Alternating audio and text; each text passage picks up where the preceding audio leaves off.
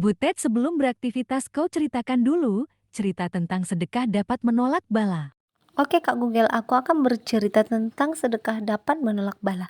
Ada sebuah kisah yang menceritakan bahwa pada zaman dahulu bangsa Israel dilanda paceklik, banyak orang yang menderita kelaparan, tidak sedikit pula yang meninggal dunia akibat tidak makan. Namun masih ada yang orang kaya yang tidak merasa sama sekali oleh musibah itu. Orang kaya tersebut memiliki seorang gadis. Suatu malam gadis itu sedang makan, tiba-tiba seorang pengemis datang meminta sepotong roti pada seorang gadis itu. Seorang gadis itu memberikan sepotong roti.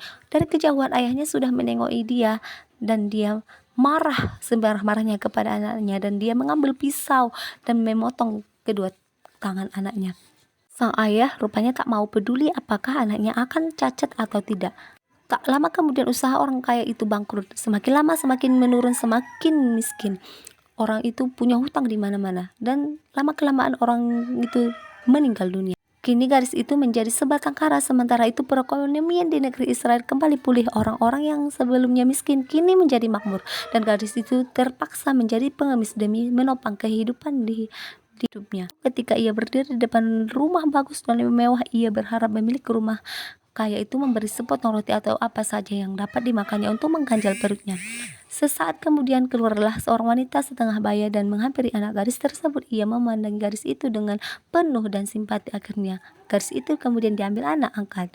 Wanita pemilik rumah mewah itu diam-diam mempunyai rencana untuk menjodohkan dengan anak lelakinya yang pergi merantau ke negeri orang yang tak kunjung mengirimkan kabar. Setelah anaknya pulang, segeralah gadis itu dikawinkan dengan anaknya.